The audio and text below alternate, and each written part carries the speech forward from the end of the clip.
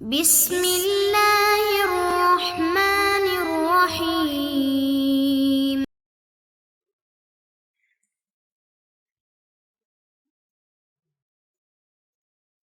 السلام علیکم ورحمۃ اللہ وبرکاتہ۔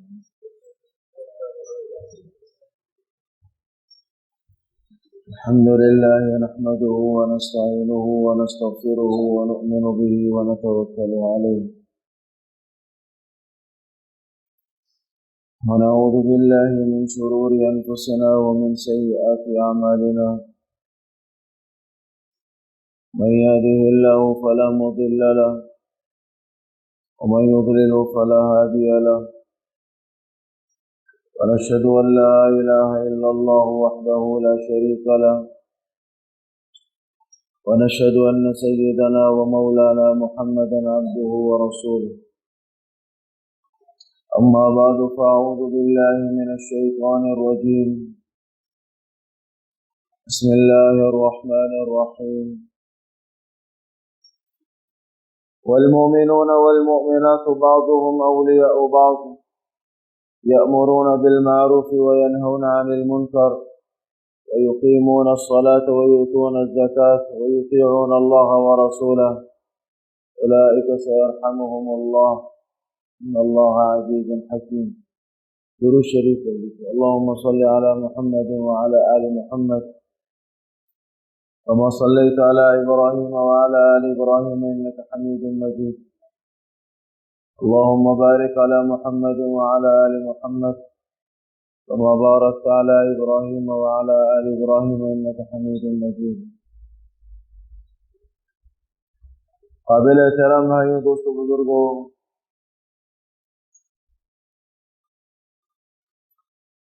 اللہ تعالیٰ نے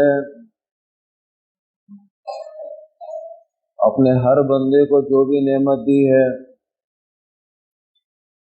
چاہے وہ ظاہری ہو یا باطنی ہو،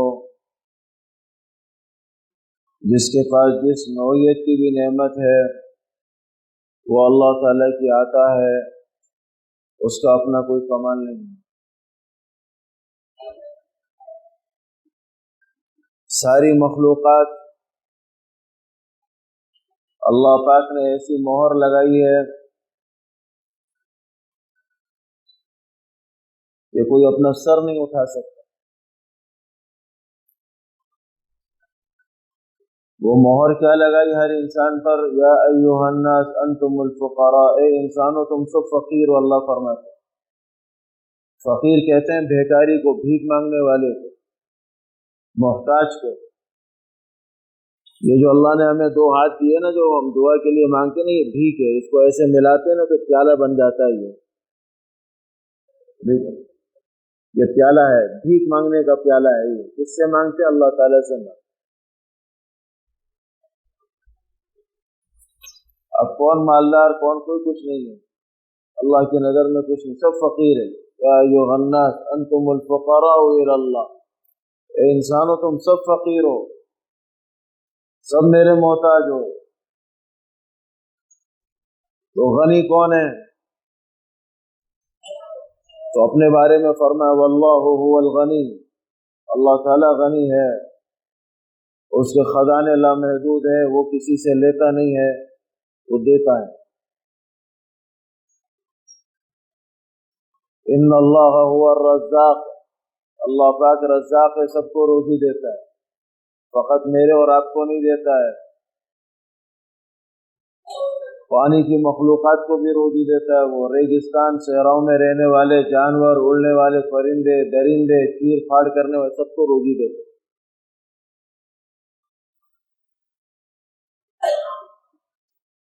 تو ساری مخلوق اللہ تعالیٰ کی کیا ہے؟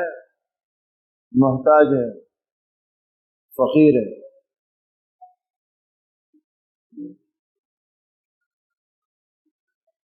اللہ تعالیٰ غنی ہے۔ تو جو بھی نعمت ہے اللہ تعالیٰ کی دی ہوئی،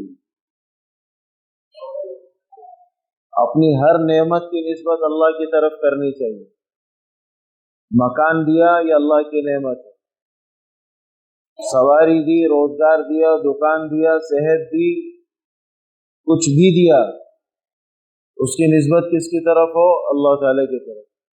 یہ اللہ پاک کا احسان ہے.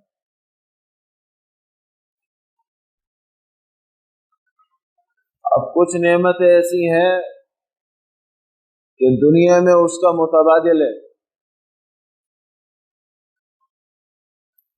گم ہو جائے بیچ دیں متبادل مل جائے گا آپ کو.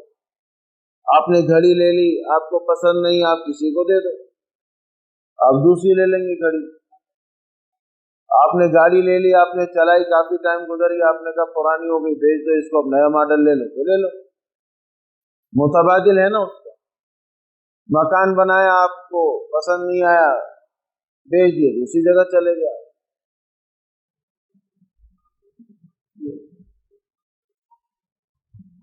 تو بہت سی نعمتیں ایسی ہیں کہ اللہ تعالیٰ نے اس کا کیا ہے متبادل رکھا ہے. لیکن کچھ نعمتیں ایسی ہیں کہ اس کا متبادل اللہ نے نہیں رکھا دنیا میں. وہ ایک ہی دفعہ چانس ملتا ہے، بس اس کو ایک ہی دفعہ فائدہ اٹھا لیا تو اٹھا لیا، نہیں تو پھر سوائے رونے کے اور کچھ بھی نہیں.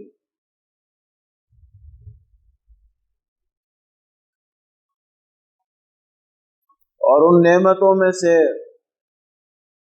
ایک نعمت انسان کی عمر ہے. عمر بندے کو بار بار نہیں ملتی. کوئی 50 سال کا بوڑھا کہے کہ اللہ تعالیٰ مجھے دوبارہ 40 سال کا کر دے، کبھی نہیں ہوگا. اللہ تعالیٰ قادر ہے کرنے پر، لیکن اس کا قانون نہیں ہے، کرتا نہیں ہے. قادر ہے، وہ کر سکتا ہے، لیکن اس نے اپنا ضابطہ نہیں بنایا ہے. جو عمر گزر گئی، جو دن گزر گیا زندگی کا، جو رات گزر گئی، اب یہ واپس نہیں آتی. اچھا کیا تو اچھا رہا وہ دن، خراب گزرا تو خراب کیا، اعمال نامے میں سب لکھ دیا. عمر کا متبادل نہیں ہے کہ مجھے عمر واپس مل جائے یا میں پیچھے کی طرف چلا جاؤں. اس کو پیچھے جانا نہیں، اس کا تو سفر ہے ہی آگے کا. یہ تو جب سے ماں کے پیٹ سے آیا ہے، یہ تو آگے جا رہا ہے. اس کی زندگی میں ریورس نہیں ہے. یہ قبر کے قریب ہو رہا ہے، آہستہ آہستہ آہستہ آہستہ.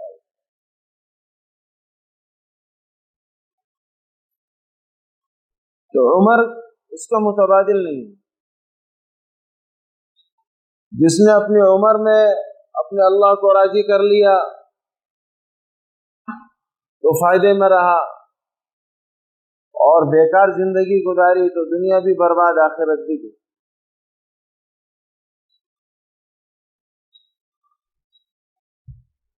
اللہ تعالیٰ اپنے بندوں کے لیے کہ ان کے زندگی کے لمحات قیمتی بن جائے،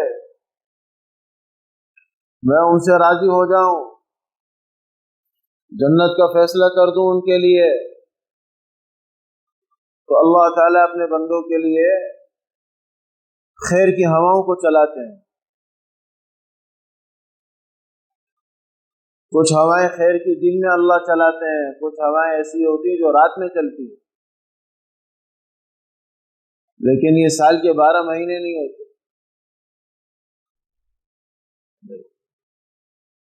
جیسے رمضان شریف کا مہینہ ہے، دن بھر آدمی روزہ رکھتا ہے، یہ رمضان کیا ہے؟ اللہ تعالیٰ کی طرف سے خیر ہے نا، رحمت ہے، برکت ہے، یہ دن میں چلتا ہے. لیکن یہ سال کے 12 مہینے نہیں ہوتا، صرف ایک مہینہ ہوتا ہے پورے سال. ایسے رات میں بھی اللہ پاک کی طرف سے رحمتیں اور خیر و برکتوں کی ہوائیں چلتی ہیں کہ جس کی وجہ سے اس رات کی قدر و منزلت اور راتوں سے بڑھ جاتی ہے.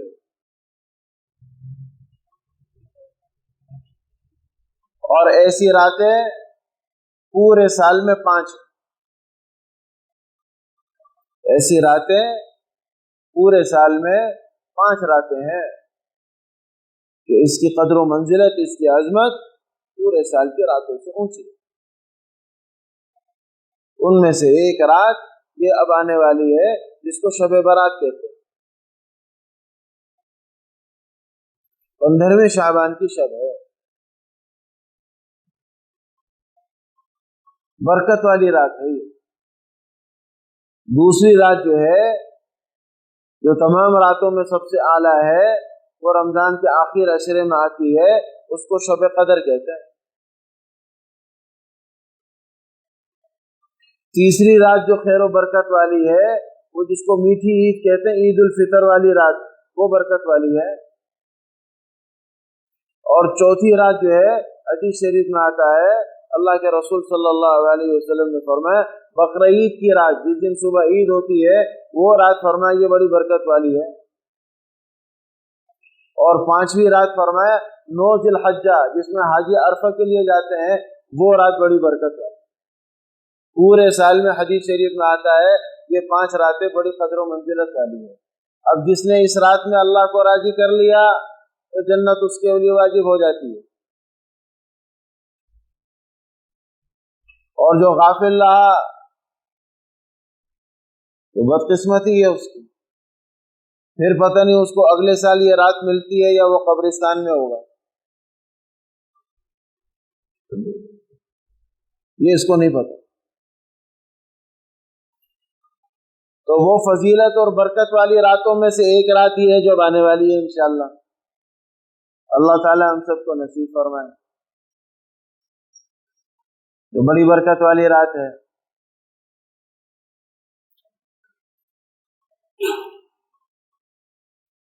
رحمت دو عالم صلی اللہ علیہ وسلم نے ارشاد فرمایا اس رات تمام بندوں کا آنے والے پورے سال کے ریکارڈ فرشتوں کو دے دیا جاتا ہے۔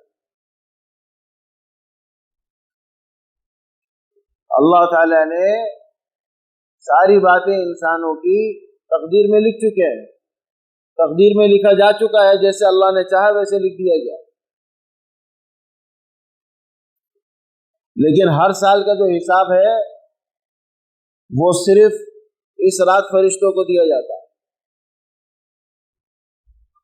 پوری فائلیں بنا کے دی جاتی ہیں۔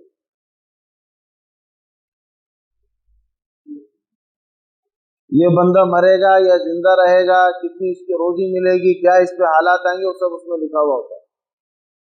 پھر جن فرشتوں کو اللہ نے خدمت پر لگایا زمین کے، پھر وہ اس حساب سے کام شروع کرتے۔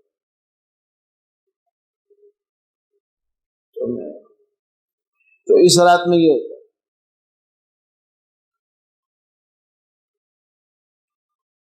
رحمت دو عالم صلی اللہ علیہ وسلم نے ارشاد فرمایا اللہ تعالی کا نزول جو ہے آسمان دنیا پر ہوتا ہے، یہ جو پہلا آسمان ہے، اللہ رب العزت کے عرش کے پائے اٹھانے والے 4 فرشتے ہیں، اور قیامت کے دن ان کی تعداد 8 ہو جائے گی، ابھی 4 ہے، قیامت کے دن 8 ہو جائے گی۔ قرآن کریم نے ذکر فرمایا وَيَحْمِلُ عَرْشَ رَبِّكَ فَوْقَهُمْ يَوْمَئِذٍ ثَمَانِيَةٌ، وہ قیامت کے دن آپ کے رب کے عرش کے پائے اٹھانے والے فرمایا 8 فرشتے ہوں گے۔ کیوں؟ اللہ تعالیٰ قیامت کے دن غصے کی حالت میں ہوں گے، یہ 4 فرشتوں کے بس کا کام نہیں ہوگا اس کو اٹھانا۔ ایک مرتبہ صحابہ کرام سے فرمایا یہ جو حاملین عرش ہے، اللہ پاک کے عرش کو اٹھانے والے فرشتے، فرمایا ان کے بارے میں تم کو معلوم ہے؟ فرمایا صحابہ کرام جو موجود تھے رضوان اللہ تعالی علیہم اجمعین، فرمایا اللہ اور اس کے رسول ہی جانتے ہیں۔ آپ صلی اللہ علیہ وسلم نے فرمایا ان کی جسامت ایسی ہے کہ فرمایا ان کے ایک کان کے لو سے لے کر، یہ کان کا لو جو ہے اس سے لے کے اس کندھے تک، فرمایا اس کے درمیان کا جو فاصلہ ہے وہ 500 برس کا ہے، 500 برس کا ہے۔ وَمَا يَعْلَمُ جُنُودَ رَبِّكَ إِلَّا هُوَ، یہ آپ کے رب کا لشکر ہے، یہ فرشتے اللہ تعالیٰ کا لشکر ہے، اس کی تعداد کو اور اس کی طاقت کو کوئی نہیں جانتا سوائے ایک اللہ کے جس نے بنائی ہے۔ الحمدللہ الذی فاطر السماوات والارض جاعل الملائکۃ رسلا اولی اجنحۃ مثنی وثلاث ورباع، اس نے جو فرشتے بنائے ہیں کسی کو 2 پر دیے، کسی کو 3 پر دیے، کسی کو 4 پر دیے، یزید فی الخلق ما یشاء، جس کو جتنا چاہ پر دے دیے۔ جبریل علیہ السلام کو 600 پر دیے، ایک پر پھیلائے تو مشرق سے مغرب ڈھانپ جائے۔ کتنے طاقتور فرشتے بنائے اللہ تعالیٰ۔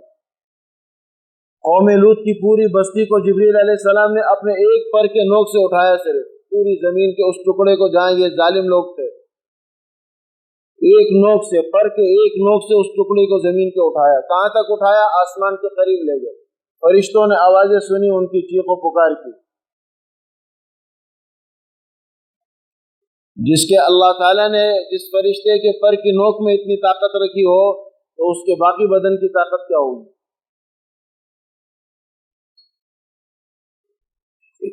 اس رات کو پورے سال کا حساب کتاب دیا جاتا ہے۔ آسمان دنیا پر اللہ تعالیٰ کا نزول ہوتا ہے اس رات۔ کسی فرشتے نے آج تک اللہ تعالیٰ کو نہیں دیکھا، نہ کوئی دیکھ سکتا ہے۔ ایک ہستی ہے صرف جو میرے اور آپ کے اور اس امت کے نبی ہے، حضرت محمد رسول اللہ صلی اللہ علیہ وسلم، جن کا مقام درجہ اتنا اونچا ہے کہ معراج کے سفر میں اللہ تعالیٰ کی زیارت کی۔ باقی آسمان اور زمین کی مخلوق اللہ کو دیکھ نہیں سکتی۔ لا تدرک الابصار، کسی آنکھ میں طاقت نہیں اللہ کو دیکھنے کی۔ وہ یدرک الابصار، وہ اللہ تعالیٰ سب کو دیکھتے ہیں۔ آج جنت میں زیارت کرائیں گے اللہ تعالیٰ، لیکن اس وقت یہ بدن نہیں ہوگا، اس میں اتنی طاقت دے دی جائے گی۔ تو اس رات آسمان دنیا پر اللہ تعالیٰ کے عرش کا نزول ہوتا ہے، اور پھر اس کے بعد فرشتوں کی طرف سے یہ ندا اور اعلان ہوتا ہے، کون ہے مغفرت طلب کرنے والا، اس کی مغفرت کر دیں ہم۔ کون گناہوں کی معافی مانگنے والا ہے، اس کے گناہ معاف کر دے۔ کون پریشان حال ہے، اس کی پریشانی دور کر دے۔ کون روزی کے لحاظ سے تنگ ہے، اس کی روزی فراخ کر دیں ہم اس کے۔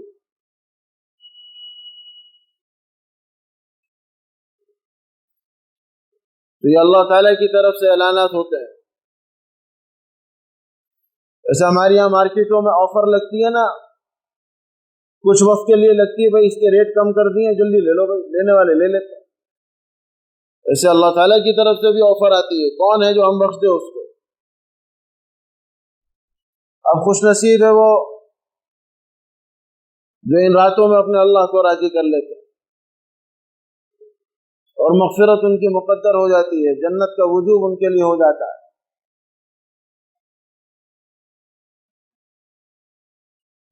پر ایسی عبادت نہ کرنی چاہیے آدمی کو کہ رات بھر جاگتا رہے اور پھر فجر کی نماز میں گول ہو جائے۔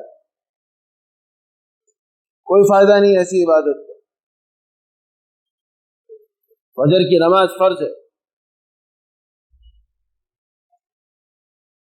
اس اہتمام سے عبادت کرے کہ فجر کی نماز بھی پڑھ لے، اور وہ بھی جماعت سے، گھر کے اندر بھی نہیں، مسجد میں۔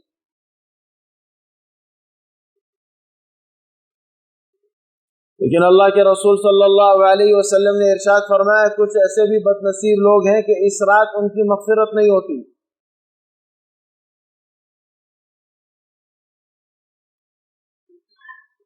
جہاں فرمایا کہ مغفرت اللہ پاک اتنی فرماتے ہیں لاکھوں کروڑوں کی تعداد میں نہیں،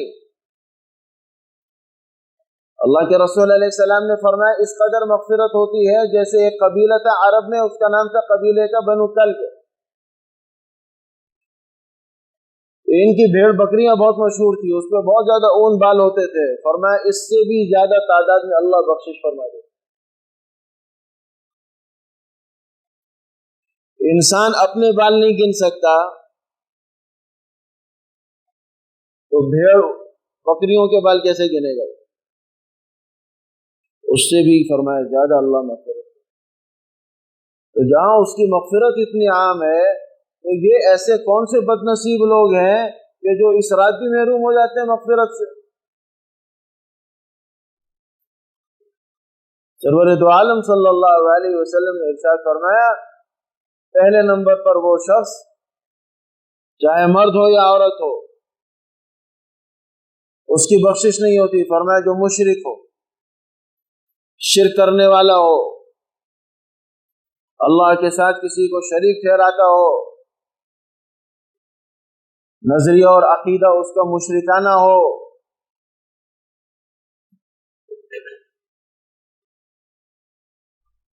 افعال میں شرک کرتا ہو، عبادات میں شرک کرتا ہو، خرچ کرنے کی لائن میں شرک کرتا ہو۔ شرک کی بہت قسمیں، 20 سے زیادہ قسمیں۔ شرک اس کو نہیں کہتے کہ سورج کے سامنے سجدہ کرے آدمی، یا کوئی بت سامنے رکھا اس کے سامنے سجدہ کرے۔ شرک کی کئی اقسام ہیں۔ شرک کی ایک قسم یہ ہے کہ ہر وہ چیز، چاہے کھانے پینے کی ہو، اوڑھنے بچھونے کی ہو، کوئی بھی چیز ہو، اللہ کے نام پہ نہ دی جائے، غیر اللہ کے نام پہ دی جائے، فرمایا وہ چیز حرام ہے۔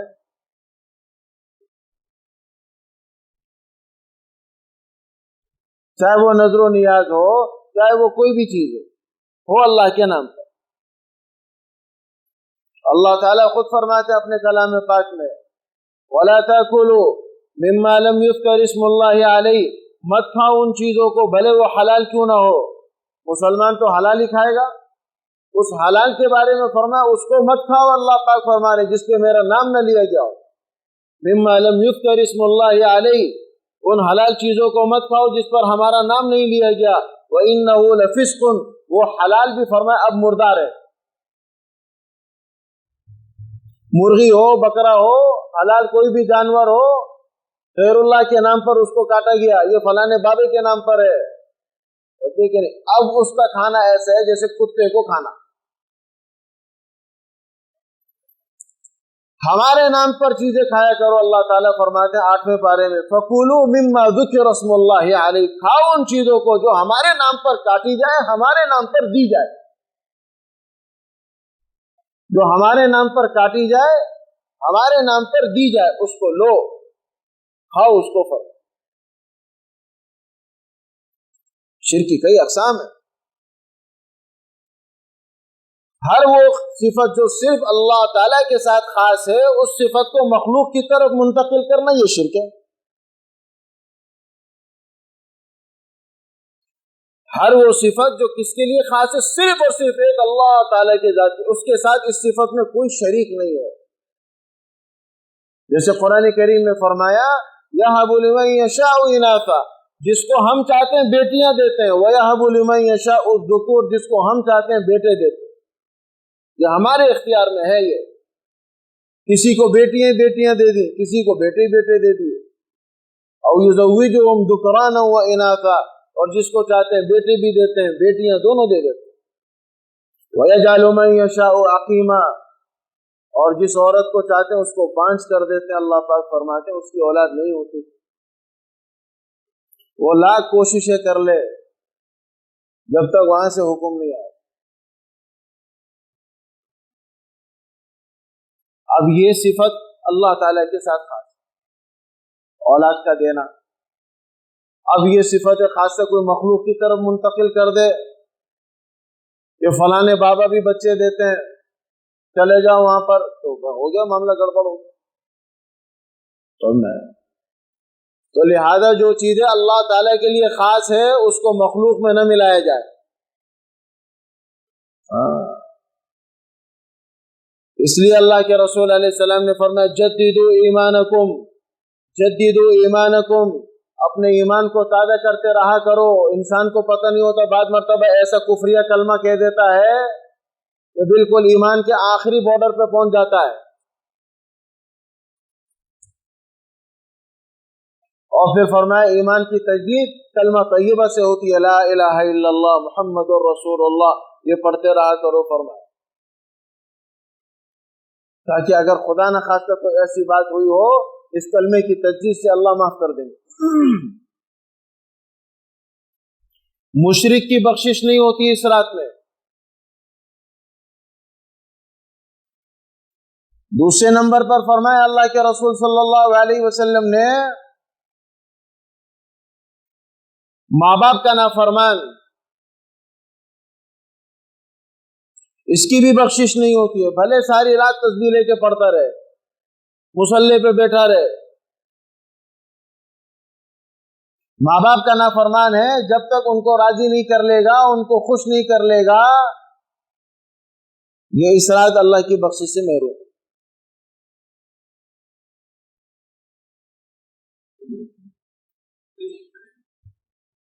ماں باپ کو ناراض کر کے مسجد میں جنت تلاش کرتا ہے یہ،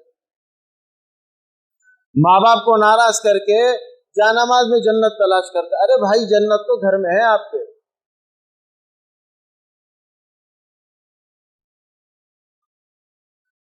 پوری جنت کے بارے میں فرمایا اللہ کے رسول علیہ السلام نے، ماں کے قدموں کے نیچے،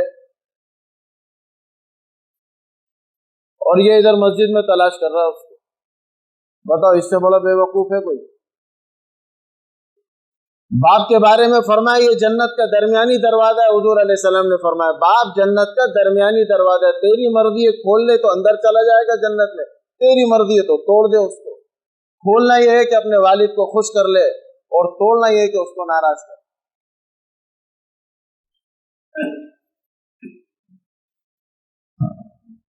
اب جس کے ماں باپ نہ ہو، چلے گئے دنیا سے، دوبارہ تو آ نہیں سکتے دنیا میں، لیکن اس نے ناراض کیا، ان کو ستایا، پریشان کیا، رلایا ہے اس نے، تو یہ قبرستان چلا جائے، اپنے ماں باپ کی قبر پہ فاتحہ پڑھے اور ادھر روئے۔ ماں باپ کی قبر پہ جب بھی حاضری ہو، ادب کا مقام یہ ہے کہ ہمیشہ ماں باپ کی قبر کے پاؤں کی طرف کھڑا ہو، آج سر کی طرف نہیں۔ باپ کی قبر پہ گئے، ماں کی قبر پہ گئے، کہاں کھڑے؟ پاؤں کی طرف، ادب ہے۔ تو جو اس کو صورتیں یاد ہو وہ پڑھے، اس کے اصالے ثواب کرے، اور پھر روئے، اللہ سے معافی مانگے، یا اللہ مجھ سے غلطی ہو گئی، ماں باپ کے حق میں گستاخی کی میں نے، اللہ میں معافی چاہتا، میرے ماں باپ کو راضی کر دیجئے مجھ سے۔ اللہ کے رسول صلی اللہ علیہ وسلم نے فرمایا جو جمعے کے دن یا ہفتے میں کسی دن فرمایا ماں باپ کی قبر پہ حاضری دیتا ہو، یہ اس کا معمول ہو، برساتی حاضری نہ دے، کہ جمعہ یا ہفتے میں کسی دن ماں باپ کی قبر پہ حاضری دیتا ہو۔ اللہ کے رسول علیہ السلام نے فرمایا اللہ پاک کی طرف سے اس کو دو نعمتیں ملتی ہیں۔ پہلی یہ ملتی ہے کہ اللہ پاک اس کی مغفرت کر دیتے، اور دوسری یہ ہے کہ اگر یہ بیٹا ماں باپ کا نافرمان رہا ہو لیکن اب آتا ہے ہر ہفتے حاضری دیتا ہے، تو فرمایا کہ وفادار ہے، احساس ہے اس کو اپنی غلطی کا، تو فرمایا کہ بار بار کے آنے پر اللہ تعالیٰ اس کو ماں باپ کے فرما برداروں میں لکھ دیتے ہیں۔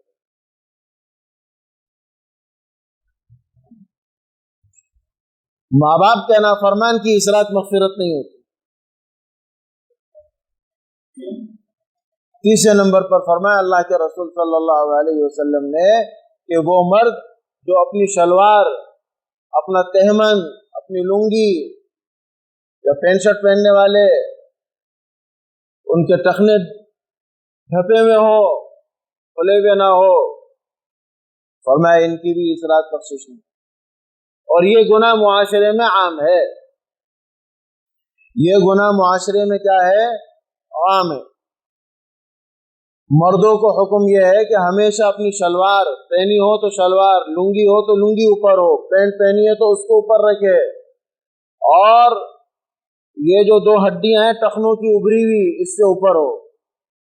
سب سے اعلیٰ سنت یہ ہے کہ نصف پنڈلی تک ہونا چاہیے۔ حضور علیہ السلام تہمن لنگی جب پہنتے تو نصف پنڈلی تک رکھتے تھے، اور آخری حد یہ ہے کہ ٹخنوں سے تھوڑا اوپر، کیا آخری حد؟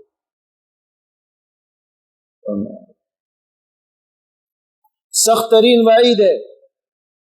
اللہ کے رسول علیہ السلام نے فرمایا ما اسفل من الکعبین من الازار ففی النار، او کما قال صلی اللہ علیہ وسلم، جو اپنے ٹخنوں کو مرچ ڈھانپ کے رکھے گا، کھلا نہیں رکھے گا جبکہ اس کو مسئلے کا علم ہے، جان بوجھ کے نیچے رکھتا ہے، فرمایا اس کے ان دونوں پاؤں کے ٹخنوں کو جہنم کی آگ میں جلایا جائے گا۔ ہم سے تو اپنے گھر میں گرم پتیلا نہیں اٹھایا جاتا، غلطی سے گرم پتیلے کو ہاتھ لگا لے تو 1 ہفتے تک جو ہے نا وہ پوروں میں درد ہوتا ہے، تو جہنم کی آگ کو برداشت کر لے پھر یہ۔ حضور پاک علیہ السلام کی باتیں جو ہوتی ہے نا، یہ مذاق کے طور پہ نہیں ہوتی ہے، نہ ٹائم پاس کرنے کے لیے ہوتی ہے، یہ حقیقت ہے یہ۔ اس لیے مردوں کو حکم یہ ہے ٹخنے کھلے ہوں، عورتوں کے لیے حکم یہ ہے کہ ان کے ٹخنے چھپے ہوئے ہوں، لیکن اب الٹ ہو گیا ہے، مردوں کے چھپے ہوئے ہوتے ہیں اور عورتوں کے لیے فیشن ہے وہ آدھی پنڈلی تک رکھتے ہیں۔ سمجھ میں آئے کہ نہیں ہے؟ دیکھ لو فیشن۔ تو مسجد میں آتے ہوئے اوپر کرنا یہ سنت نہیں ہے، ہمیشہ کی سنت ہے یہ، ہمیشہ کرنا۔ نماز کے لیے لوگ آتے ہیں نا فوراً اوپر کر لیتے ہیں، نماز فارغ ہوئے مسجد سے باہر نکلے پھر نیچے کر لیے، ہمیشہ کی سنت ہے، جب تک زندہ ہے یہ ٹخنے کھلے رہیں۔ سخت ترین وعید فرمایا۔ تو جس نے اس کو عادت بنائی ٹخنے ڈھانپنے کی، فرمایا اس رات اس کی بخشش نہیں ہوگی۔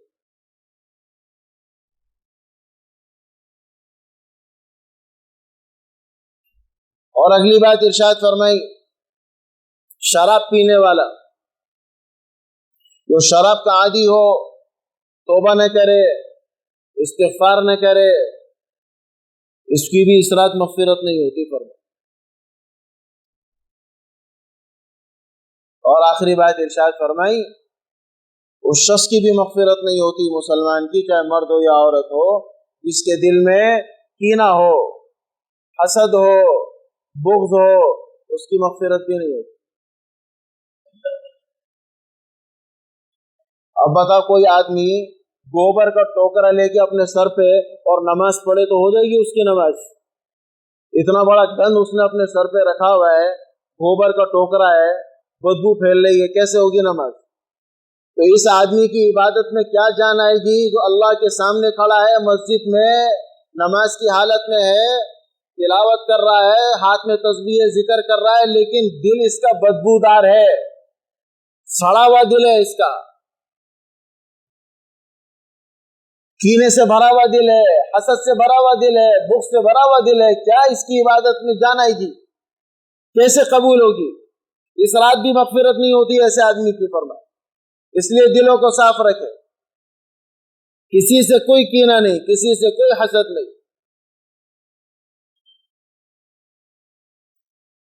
آج لوگوں کو اس بات کی تکلیف نہیں کہ ان کے گھر میں کچھ نہیں ہے، ہر ایک کو اللہ پاک نے بے پناہ لامحدود نعمتوں سے نوازا ہے۔ تکلیف اس بات کی ہے کہ دوسرے کی نعمت برداشت نہیں ہوتی، یہ تکلیف ہے۔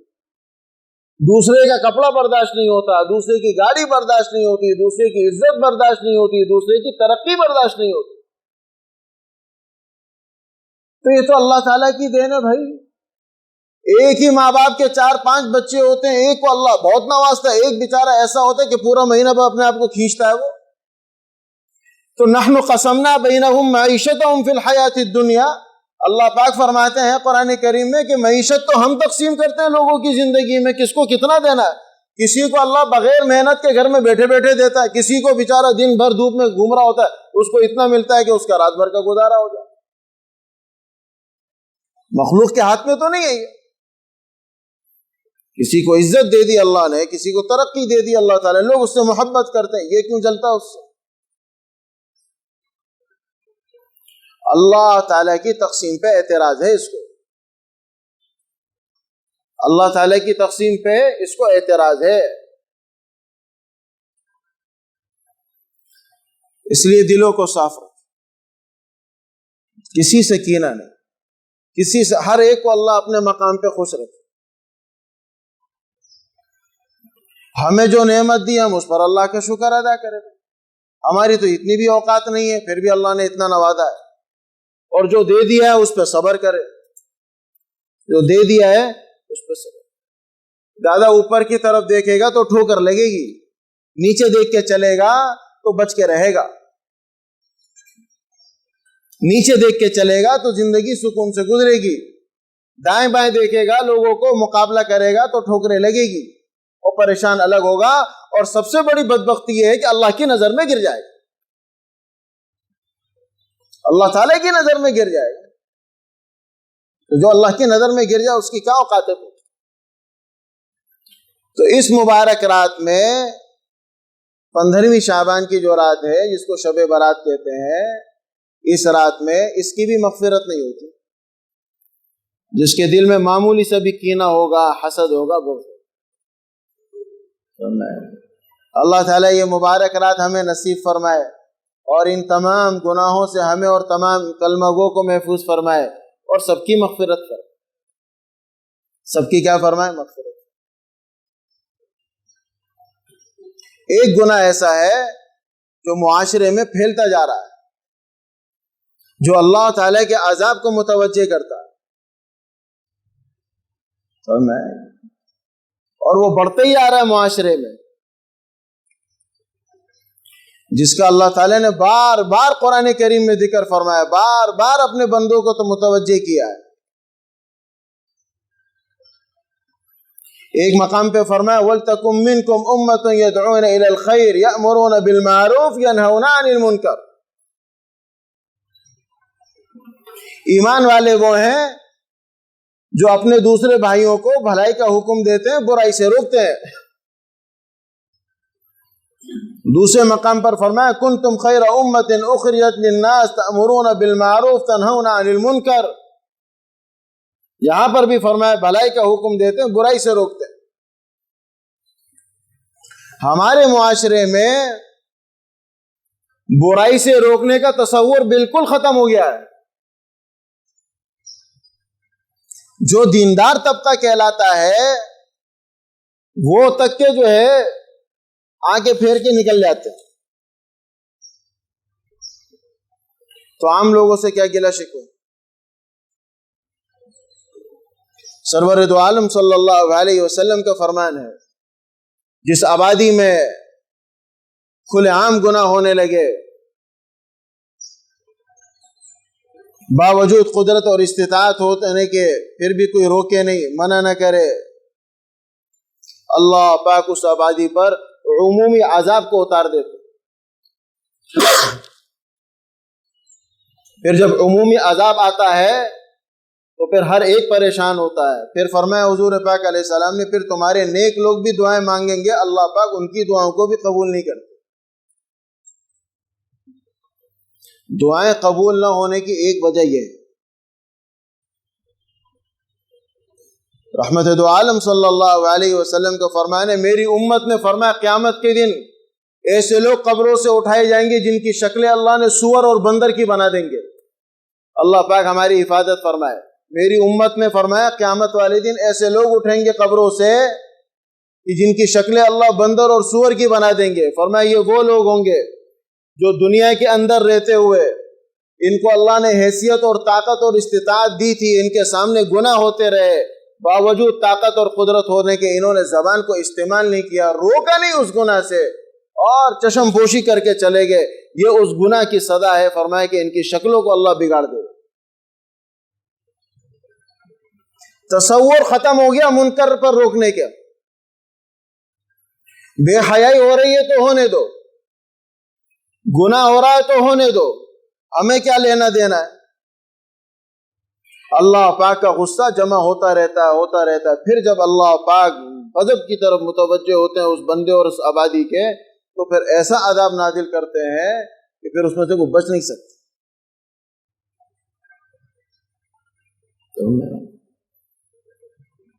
کھلے عام موسیقی کو بجانا، کھلے عام، سمجھے کہ ویسے ہی حرام ہے، اور پھر کھلے عام اس کو بجانا رات کے 1-1 بجے تک، 2-2 بجے تک۔ اب دیکھیں آپ یقین جانے بعض دفعہ تو ہمیں شک ہوتا ہے کہ یار ہم مسلمان بھی ہیں کہ نہیں، کبھی کبھی تو اپنے مسلمان ہونے پہ بھی شک ہوتا ہے۔ مسلمان تو ایسا نہیں ہوتا بھائی، ہمارے نبی نے تو جو مسلمان کے اوصاف بتلائے وہ تو ہمارے اندر ایک بھی نہیں ہے۔ بعض دفعہ تو اپنے مسلمان ہونے پہ شک ہونے لگتا ہے۔ یہ احساس ہی ختم ہو گیا کہ ایک تو کر بھی گناہ کا کام رہا ہوں، پھر پوری آبادی کو عذاب میں ڈالا ہوا ہے، سب کو پریشان کیا ہوا ہے، اس پہ بھی نہیں۔ اور آبادی والوں کو بھی اللہ پاک ہدایت دے، وہ بھی ایسے ٹھنڈے ماشاءاللہ۔ یہ کوئی اللہ کا بندہ پیار محبت سے آ کے کہتا نہیں کہ بھائی اللہ کے بندے یہ کیا کر رہے ہیں آپ۔ گناہ پر روکنا، غلط کام سے منع کرنا، اس کا طریقہ بھی اللہ نے قرآن کریم میں بتایا ہے۔ حضرت موسیٰ علیہ السلام اور ہارون علیہ السلام کو وقت فرعون جس نے خدائی کا دعویٰ کیا، اللہ پاک نے جب دونوں نبیوں کو جو آپس میں بھائی ہیں ان کو جب حکم دیا کہ جاؤ فرعون کو سمجھاؤ کہ ایک اللہ کی بندگی پر آ جائے، یہ چھوڑ دے خدائی کا دعویٰ اور یہ جو زمین پہ ظلم کرتا ہے اس کو ختم کرے، لیکن فرمایا بات کیسے کرنی ہے؟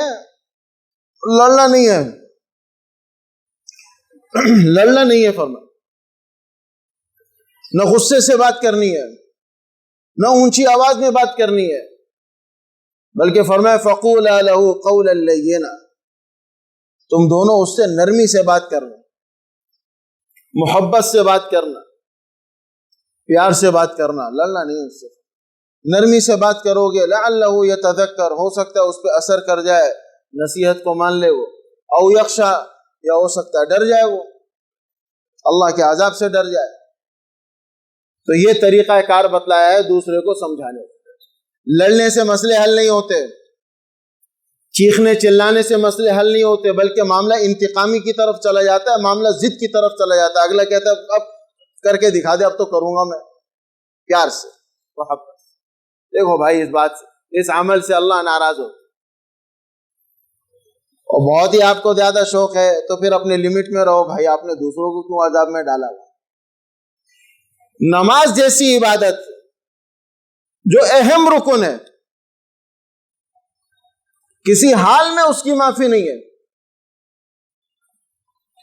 اس نماز جیسی عبادت کے بارے میں بھی اللہ کے رسول صلی اللہ علیہ وسلم نے اصول بتلائے۔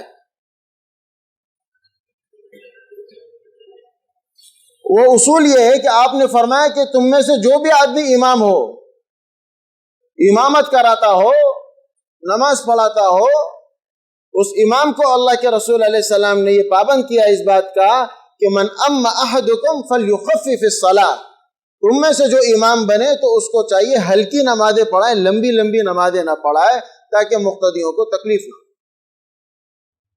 اب بتائیے آپ نماز جیسی عبادت کے بارے میں فرمائیں، اپنے بارے میں فرمایا، حدیث شریف میں آتا ہے اللہ کے رسول صلی اللہ علیہ وسلم نے کہ میرا جی چاہتا ہے کہ میں نماز کو لمبا کروں، لیکن پھر مجھے اس بات کا خدشہ ہوتا ہے کہ میرے پیچھے بوڑھے بھی کھڑے ہیں، عورتیں بھی ہیں، بچے بھی ہیں، پھر کوئی بچہ روئے گا تو اس کی والدہ کی کیا کیفیت ہوگی، اس لیے آپ نے فرمایا پھر میں نماز کو لمبی نہیں کرتا، مختصر کر لیتا۔ نماز جیسی عبادت میں بھی لوگوں کا اتنا خیال رکھنے کا حکم دیا ہے کہ آپ کی نماز سے کسی کو تکلیف نہ ہو، تو میرے بھائی گناہ سے آپ کسی کو تکلیف دے رہے ہیں، یہ کون سا خیر کا کام ہے یار؟ کون سا خیر؟ اللہ کی قسم اخلاق کی آخری پستی میں ہے ہم تو۔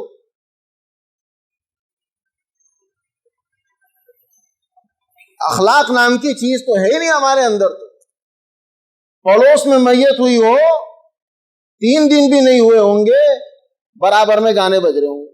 ارے بھائی اللہ کا خوف کرو، ان گھر والوں کے گھر میں ماتم ہے، غم ہے، 3 دن بھی نہیں ہوئے۔ یہ تقریب تو بغیر موسیقی کی بھی ہو سکتی ہے۔ یہ پتہ نہیں شیطان نے کس لعنت پہ لگایا ہوا ہے ہم سب کو۔ اخلاق نام کی چیز ہی نہیں ہے، احساس نام کی چیز ہی نہیں ہے، احساس نام کی چیز ہی نہیں۔ اس لیے گناہ کا کام جہاں ہو پیار محبت سے روکنے کا حکم ہے، اور جس بستی میں گناہ کھلے عام ہو، کوئی روکنے والا نہ ہو، اللہ پاک اس بستی پر ایسے مسائل اور ایسے مسائل ڈال دیتے ہیں کہ اللہ کی قسم ان کے لیے نکلنا مشکل ہوتا ہے۔ ایک مسئلے سے نکلتے تو دوسرے میں پھنستے ہیں، دوسرے سے نکلتے تیسرے میں پھنستے ہیں، یہ سارے اوپر سے فیصلے آ رہے ہوتے ہیں۔ اللہ پاک کی کسی سے کوئی دشمنی نہیں ہے۔ ما یفعل اللہ بعذابکم ان شکرتم وآمنتم، اللہ تعالیٰ فرماتے مجھے کیا ملتا ہے تم لوگوں کو عذاب دے کے؟ فرمایا کوئی میری بادشاہت میں، کوئی میری عزت میں، کوئی میرے خزانوں میں اضافہ ہوتا ہے؟ نہیں. ما یفعل اللہ بعذابکم، کیا ہوگا اللہ تعالیٰ کو جل جلالہ کو اگر تم کو عذاب دے؟ اب دو کام کرو، ہم تم کو نہیں عذاب دیں گے، فرمایا نہیں تم کو آزمائش میں رکھیں گے، ان شکرتم وآمنتم، ہمارے شکر گزار بندے بنے رہو اور کامل ایمان ہم پر لے کر آؤ. اور شکر گزاری کا مقصد یہ ہمیں ناراض نہیں کرو، ہمیں ناراض نہیں. ہر فرد ایمان والا جس نے کلمہ پڑھا ہے اس کے ذمہ اللہ تعالیٰ کا یہ حکم ہے، بھلائی کا حکم کرے گا، برائی سے روکے گا. وہ گناہ برائی اگر اس کے علاقے میں، اس کے محلے میں، اس کی سوسائٹی میں ہو رہی ہو، وہ پیار محبت سے سمجھائے. کوئی ہارٹ کا بیمار ہے، کوئی شوگر ہے، کسی کو بلڈ پریشر ہے، کوئی جلدی سونے والا ہے، کسی کو صبح جلدی آفس جانا ہے، بچوں کو جانا ہے، اب رات کے 2 بجے تک جو ہے نا تماشا چل رہا ہے، یہ کیسے سوئیں گے بیچارے آس پڑوس والے؟ آس پڑوس نماز جیسی عبادت میں فرمایا تکلیف نہیں دو مقتدیوں کو. تو پھر ایسی نعتیں، ایسے حمد جس سے پوری آبادی کو سر پہ اٹھا لیا جائے، یہ کیسے جائز ہوگا؟ اللہ پاک ہم سب کو دین کی سمجھ صحیح معنوں میں نصیب فرمائے اور عمل کرنے والا بنائے، اور بھلائی کا حکم کرنا اور برائی سے روکنے کی اللہ پاک ہم سب کو توفیق نصیب فرمائے. وآخر دعوانا الحمدللہ رب العالمین.